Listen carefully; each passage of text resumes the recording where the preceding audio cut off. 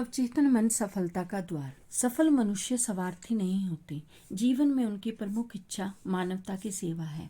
सफल मनुष्य के पास गहन मनोवैज्ञानिक और आध्यात्मिक समझ होती है।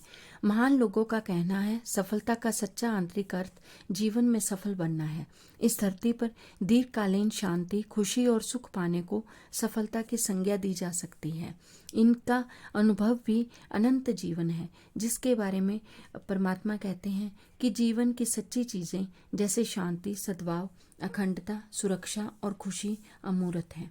वे मनुष्य के गहरे स्वरूप में उत्पन्न होती हैं। ये वही सच्ची जगह है जहाँ घुन या जंग कमजोर नहीं कर सकते और जहाँ चोर दावा बुलाकर चुराते नहीं हैं।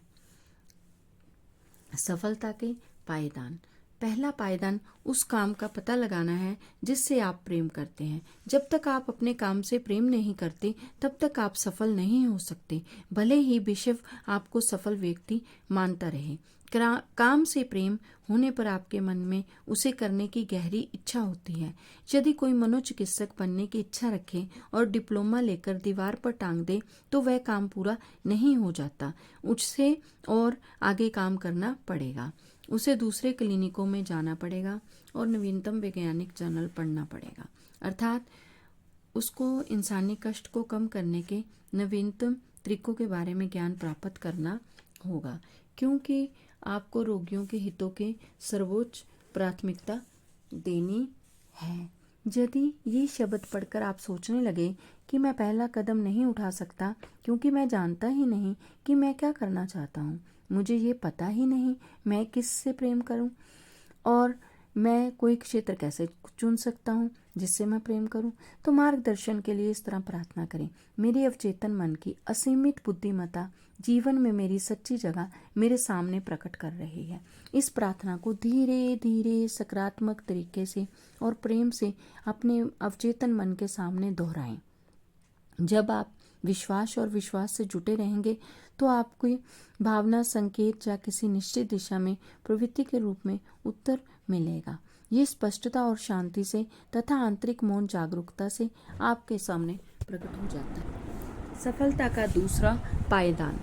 काम की किसी विशिष्ट शाखा में विशेषज्ञता प्राप्त करना ही उसमें उत्कृष्ट बनने की इच्छा रखना है। यदि कोई विद्यार्थी केमिस्ट्री के क्षेत्र को पेशे के रूप में चुनता है तो उसे इस क्षेत्र की किसी एक शाखा पर अपना ध्यान केंद्रित करना चाहिए और अपना सारा समय और ध्यान उसी चुने हुए क्षेत्र पर करना चाहिए ताकि वह उसका विशेषज्ञ बन जाए।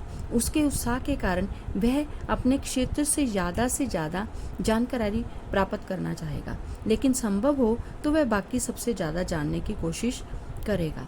उसे अपने काम में बहुत उत्साहपूर्ण दिलचस्पी लेनी चाहिए और उसके मन में विश्व की सेवा करने की इच्छा भी होनी चाहिए। आप जानते हैं, जो सबसे महान है उसे सेवक बनना ही होगा।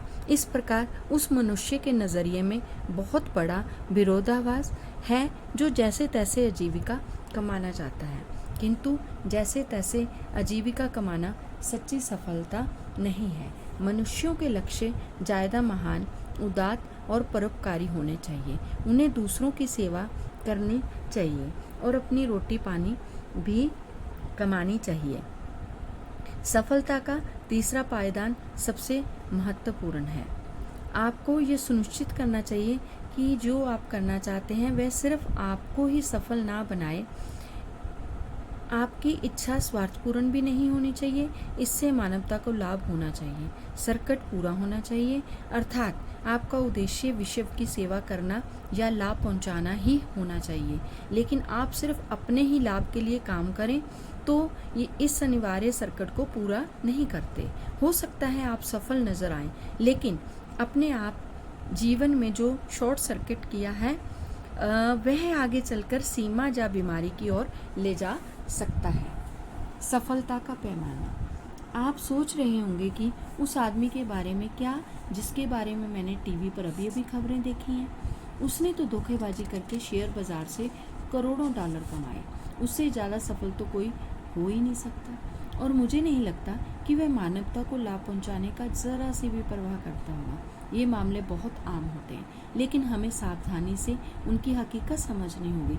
हो सकता है कोई मनुष्य कुछ समय के लिए सफल नजर आए, लेकिन धोखे से प्राप्त धन अक्सर पंख लगाकर उड़ जाता है।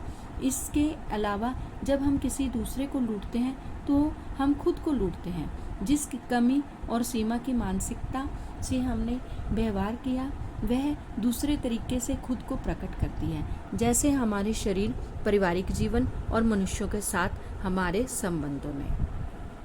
आप जानते हैं कि जो भी हम सोचते हैं वही होता है, हम जिसमें विश्वास करते हैं वही होता है। धोखे से दौलत इकट्ठी करने वाले मनुष्यों को सफल नहीं माना जा सकता। मानसिक शांति के बिना कोई सफलता नहीं होती। किसी मनुष्य की दौलत का क्या फायदा जब वह रात को सो ही नहीं सकता, बीमार है या उसमें अपराध बोध की ग्रंथि है। मुझे लेखक बोलते हैं कि मुझे एक बार लंदन में एक अपराधी से मिलना पड़ा। उसने अपने कारनामे बताए कि उसने बहुत सारी दौलत इकट्ठी कर ली थी। वह लंदन के बाहरी इलाके में अपने मकान में रहता था। गर्मियों में वह फ्रांस के घर में विलासिता का जीवन गुजार रहा था। विलासिता से, लेकिन आराम से नहीं। उसे हमेशा भय लगा रहता था कि स्कॉटलैंड यार्ड उसे कभी भी गिरफ्तार कर लेगा। उसे कई आंतरिक समस्याएं थीं जो निश्चित रूप से उसके सतत भय और गहराई में जमी अपराध बोध की ग्रंथि से उत्पन्न हुई थी। वह जानता था कि उसने गलत काम किए हैं। अपराध के इस गहरे महसूस ने उसकी बहुत सी मुश्किलों को आकर्षित किया। कुछ समय बाद उसने खुद को पुलिस के हवाले कर दिया और जेल की सजा काटी। जेल से छूटने के बाद उसने मनोवैज्ञानिक और आध्यात्मिक सलाह ली, जिससे उसका काया पलट हो गया और वह नौकरी करने लगा और कानून का पालन करने वाला ईमानदार नागरिक बन गया। उसे वह मिल गया जिसे करने में उसे प्रेम था और अब वह जीवन में पहली बार बहुत खुश था। आपने देखा है कि एक सफल मनुष्य अपने काम से प्रेम करता है और खुद को पूरी तरह व्यक्त करता है। सफलता सिर्फ दौलत इकट्ठी करना नहीं है, ये तो इससे भी ऊंचे आदर्श पर निर्भर करती है। सफल मनुष्य वह है जिसने गहन मनोवैज्ञानिक और आध्यात्मिक समझ प्राप्त कर ली। आज के कई महान बिजनेसमैन सफलता के लिए अपने अवचेतन मन के सही उपयोग पर बल देते हैं। ये वे किसी आगामी प्रोजेक्ट को इस तरह देखते हैं जैसे वह पहले ही पूरा हो चुका हो। उसकी साकार तस्वीर देखने और अपनी प्रार्थनाओं के परिणाम को महसूस करने के बाद उनका अवचेतन मन उसी प्रोजेक्ट को पूरा कर देता है। इसीलिए आप किसी लक्ष्य को स्पष्टता से कल्पना कर सकें तो आपकी आवश्यक चीजें मिल जाएंगी। ये चीजें आपको अवचेतन मन की चमत्कारी शक्ति द्वारा ऐसे तरीकों से मिलेंगी जिनके बारे में आप कुछ जानते ही नहीं। आपको सफलता के पायदानों पर विचार करते समय अपने अवचेतन मन की रचनात्मक शक्तियों को कभी नहीं भूलना चाहिए। ये सफलता की किसी भी योजना में सारे कदमों के पीछे की शक्ति है। आपका विचार रचनात्मक है। विचार भावना के साथ मिलकर कल्पनावादी विश्वास बन जाता है और तुम्हारे विश्वास के अनुरूप तुम्हें दिया जाएगा। अब आपने समझ लिया होगा कि आपके अंदर एक प्रबल शक्ति है जो आपकी सारी इच्छाओं को साकार करने में सक्षम है। तो आपको आत्मविश्वास और शांति का एहसास होता है। आप चाहे जो भी काम करते हो, आपको अपने अवचेतन मन के नियम अवश्य सीखने चाहिए। जब आप जानते हैं कि अपने मन की शक्तियों को कैसे प्रयोग किया जाए, जब आप खुद को पूरी तरह अभिव्यक्त कर रहे हो, तो अपनी प्रतिभा से दूसरों को लाभ पहुंचा रहे हो, तो आप सच्ची सफलता के अचूक मार्ग पर हो। लेकिन आप ईश्वर के काम या इसके किसी भी हिस्से से जुटे हैं तो ईश्वर आपके साथ है।